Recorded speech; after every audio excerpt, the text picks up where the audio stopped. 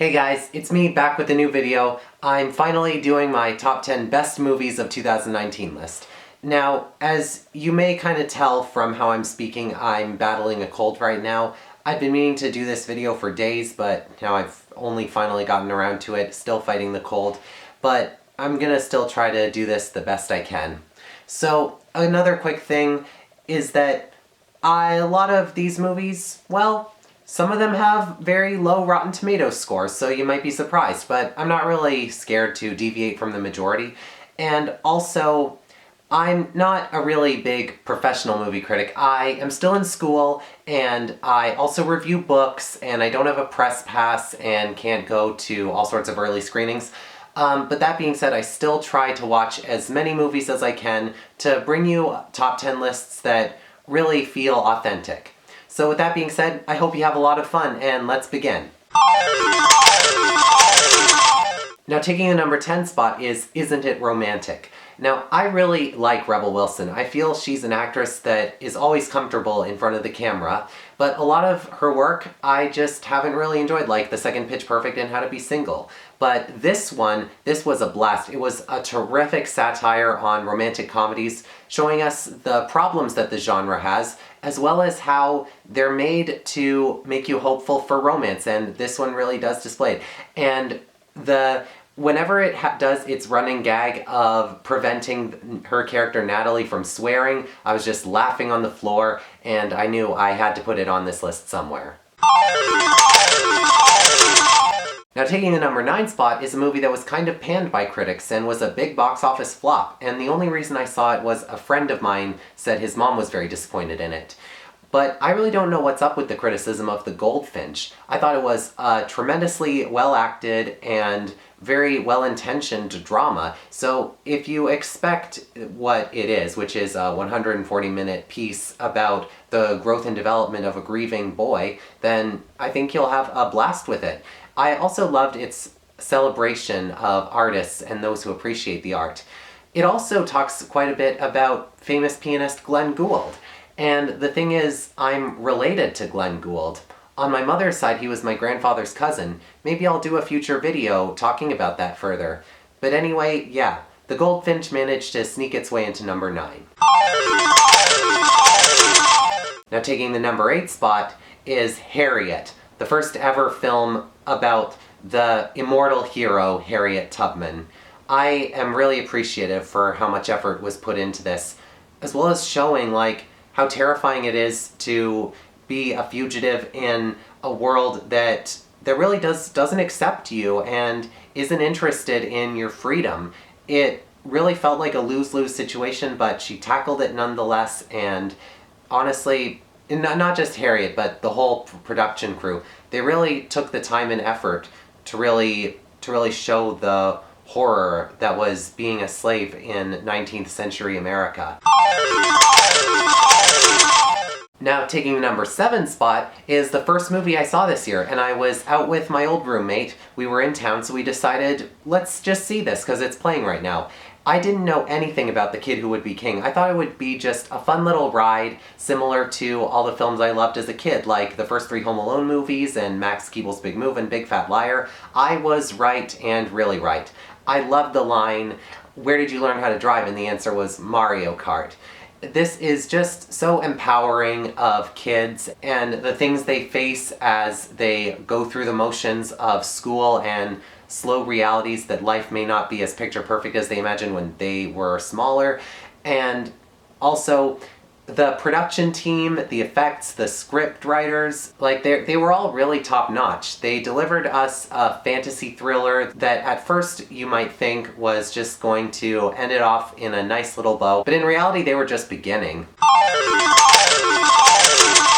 And the number 6 spot goes to Spider-Man Far From Home. I gotta say, I like this just as much as Spider-Verse and Sam Raimi's Spider-Man 2 at first, but then when there was the news that Spider-Man was going to be pulled from the MCU, I looked back on this movie and thought, yeah, this movie was actually incredible, and I really, really don't want it to be the last that we see of Tom Holland's Spider-Man. And now we have him back, and I have to say that maybe I owe the movie and how amazing it was for helping people convince that he still belongs in there Or maybe it's just that's always how it would be when Tom Holland appeared in Captain America Civil War. I at first thought that this would be just a nice little dessert after the big roar that was the last Marvel Cinematic Universe film, but Spider-Man Far From Home really managed to stand on its own. And now the number 5 spot goes to an animated film, and no, it's not Toy Story 4. I was actually kind of underwhelmed by what Pixar and DreamWorks and all the other major studios brought forward this year, but my new roommate from Hong Kong recently showed me Nausea, or how I would expect to pronounce it Nausea, but it's really Nausea. He showed me it, and I was thinking I would just somewhat enjoy it. But I mean, wow, I think I really have to start paying more attention to Eastern animation. Spirited Away and The Tale of Princess Mononoke, and this one, they all managed to really take their time in developing its characters, creating a story we don't want to end badly, and this movie has so many things that are great going for it. Terrific animation, a story that is similar to a movie I actually hated that came out this year, but actually dived into its messages and lessons properly for this one, as well as the love of a mother and her son, some well-timed humor, and the exploration of harsh discrimination. The climax was really mind-blowing, and I don't know when this film will ever get English dubbed, but when that happens, I really hope that the filmmakers don't try to make it a little bit more appropriate for children, because that would undermine the gravity of this film. And the number 4 spot goes to a Disney live-action adaptation, and that one, out of the 3 that were released this year, is Dumbo. I moderately liked Aladdin, and The Lion King I have a certain opinion of, but I gotta say that Dumbo was the best case for this year in my opinion, and it seems I'm in a real minority on this one. You just look at Dumbo's eyes and you can't imagine anyone not loving him or not really loving the movie he's in, especially when it really dives into the life of an independent circus and the feelings that animals everywhere face about having to be separated from their loved ones just so early in their lives without them having a say. And I gotta say, so much in this movie was more complex than I bet many people expected. Great job, Tim Burton. I don't always like what he does, but this one, I think my favorite movie from him so far.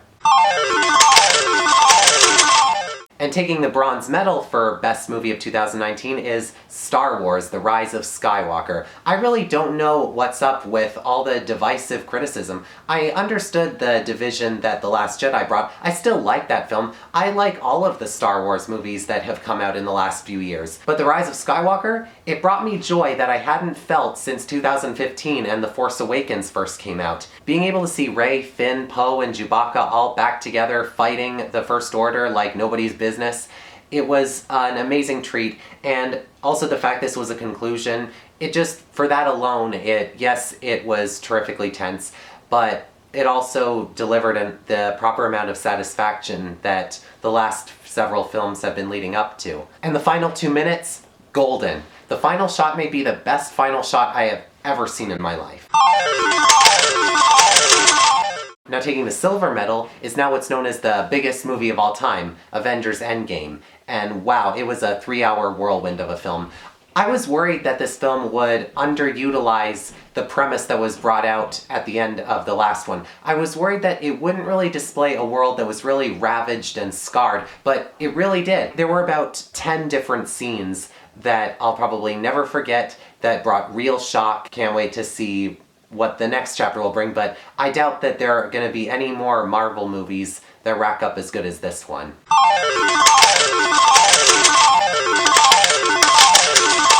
Now, I really like Avengers Endgame, but I absolutely love number 1. It's one of the best movies I've ever seen by far. I saw it 3 times at the theater, which has never happened to me before, and I saw it again when I forced my parents, grandparents, and uncle to watch it with me on my 21st birthday.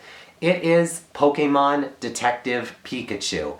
I used to be a huge Pokemon fan when I was 10 years old and started watching the TV show. And I ended up quitting the franchise and the video games at around 2012 when I realized the Pokemon world, it's kind of trapped itself, and made it so the protagonist has to catch him. He just keeps going toward this goal that the creators just don't let us get satisfaction from, and it was driving me crazy. And I also felt like because of them trapping themselves in just this one story arc of getting 8 badges, I felt like the world really just wasn't utilized as much as it should have.